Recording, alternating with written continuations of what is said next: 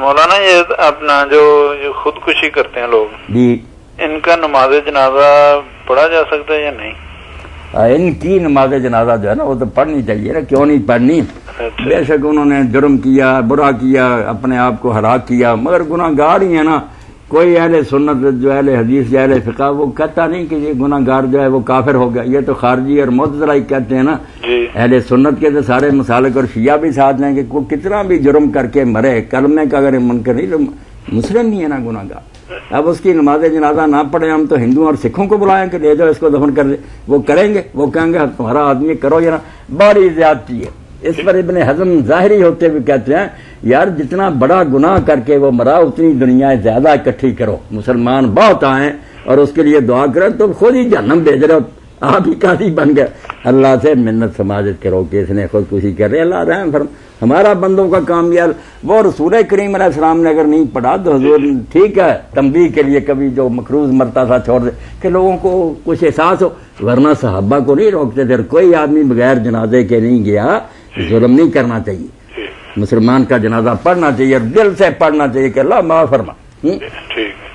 ان لوگوں کو سوچنا چاہیے کہ ایسا ہی ہے۔ درمیان میں بات یاد آ گئی، خواجہ حافظ شیرازی رحمۃ اللہ علیہ کا جب انتقال ہوا، اب ان کا دیوان بھرا ہوا خمریات سے، شراب ساقی جام، لوگ شرابی اپنا معنی لیتے ہیں، نیک لوگ کو اپنا لیتے ہیں، تھانوی رحمۃ اللہ علیہ سے کہ وہ شراب محبت کی شراب ہے جو لوگ پیتے ہیں، مست رہتے ہیں ذکر میں، اور ساقی جو ہے وہ مرشد ہے جو پلاتا ہے اپنا اپنا۔ اب وہ خواجہ صاحب جب مرے تو رماد رات نے کہہ دیا ساری عمر یہ شراب کی باتیں کرتا رہا، کوئی جنازہ نہ پڑے، شہر میں ڈنڈورے پیر دیے گئے، اور کسی نے کہا یار خواجہ حافظ دکھ سے نا۔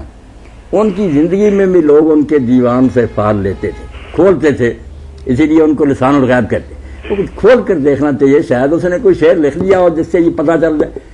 اب جب کتاب کھولی گئی تو اللہ کی طرف سے اتفاق ہے کہ اس میں لکھا ہوا تھا قدم دریغ مدار از جنازہ حافظ کہ گرچہ پر گناہ است میر ود ببائی، حافظ کے جنازے سے قدم پیچھے نہ ہٹا، تیری نگاہوں میں یہ گناہوں میں بھرا ہوا، یہ تو بہشت کو جا رہا۔ لوگوں نے کہا چلو مولوی دفاع ہو جاؤ، ہم پڑھیں گے جنازے۔ تو گناہ گار ہے کوئی آدمی، کیوں تم دوزخی بناتے ہو؟ دعا کرو۔ اگر کوئی شخص دیکھ لے کہ میں کتنا لسرا ہوں پھر ہوش آتی ہے نا۔ بھائی کی آنکھ کا تنکا نظر آتا، اپنے شتیر نہیں نظر آتا۔ یہ تو اللہ کی ستاری ہے، پردہ پوشی ہے کہ ہمارا پردہ ڈھکا ہوا ہے، ورنہ اللہ ننگا کر دے تو بڑے بڑے ظاہر اور متقی منہ دکھانے کے قابل نہ رہ جائے۔ کیوں نہیں یہ شرم کرتے کہ جب اللہ نے پردہ رکھا تم کیوں پیچھے پڑ گئے؟ تو جنازہ پڑھنا چاہیے، کوئی انکار نہ کرے، یہ نبی علیہ السلام بننے کی کوشش نہ کریں۔ حضور کی تنبیہ جو تھی اس کا تو اثر تھا کہ لوگ ڈر جاتے تھے کہ ایسا کام نہیں کرنا چاہیے۔ جی یہ بات واضح ہوگی بھائی؟ جی جی چلیں، بہت شکریہ۔